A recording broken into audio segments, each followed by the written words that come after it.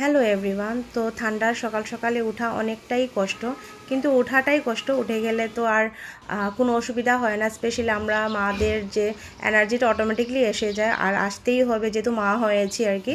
তো সকাল সকালে এসে গেছি এখানে ব্যালকনিতে আর কি।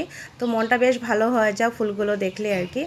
আর ভাবছিলাম যে কি করব, আবার ভেবেছি যে রাত্রে আমার যে ছেলেও ডিমান্ড করেছিলে মামা অনেকদিন হয়েছে চাউমিন খেয়ে নি, চাউমিন বানাবে, ও অনেক ভালো পায় আর কি। তো আমি ভাবলাম তো ঠিক আছে, ঠান্ডা দিনে না মানে ভালোও লাগে খেতে কি অনেকটা সবজি টবজি দিয়ে। তো এখানে আমি চাউমিন যেটা এটাকে এখানে ড্রেন করে নিয়েছি, তারপর এটা কিন্তু আমি একটু জল দিয়ে ওয়াশ করে নিই। অনেকটাই ভেজিটেবলস দিয়েছি এখানে, ক্যারট দিয়েছি, বিনস দিয়েছি, তারপরে ফুলকপি, পেঁয়াজ, এগুলো সব কিছু দিয়ে, আর দিয়েছিলাম দুটো ডিমও দিয়েছিলাম আর কি। আর সয়া সস এগুলো দিয়ে বানিয়েছি, অনেকই টেস্টি হয়েছিল। সকাল সকাল এগুলো না করতে অনেকটা টাইম লেগেছে, আর আমি সবসময় চেষ্টা করি যে মানে রিশান ওঠার আগে আমি ব্রেকফাস্টটা প্রিপেয়ার করে নিই, কেন ওঠার পরই মামা আজকে বসারও টাইম নেই, দাঁড়িয়ে দাঁড়িয়ে চা খাচ্ছিলাম সকালের চাটা আর কি।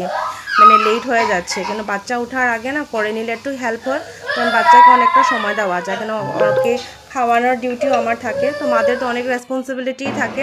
আমার ফার্স্ট রেসপন্সিবিলিটি থাকে আমার হাজব্যান্ড আর বাচ্চাকে খাওয়ানো আর কি, ওদেরকে দেওয়া, তারপরে আমি আমার ডিউটি করি। তারপরে যেহেতু থার্সডে, তো পুজো টুজো দিয়ে আমি আসলাম। আর খুব চা খেতে ইচ্ছা হলো, নিজের জন্য আদা দিয়ে চা বানালাম।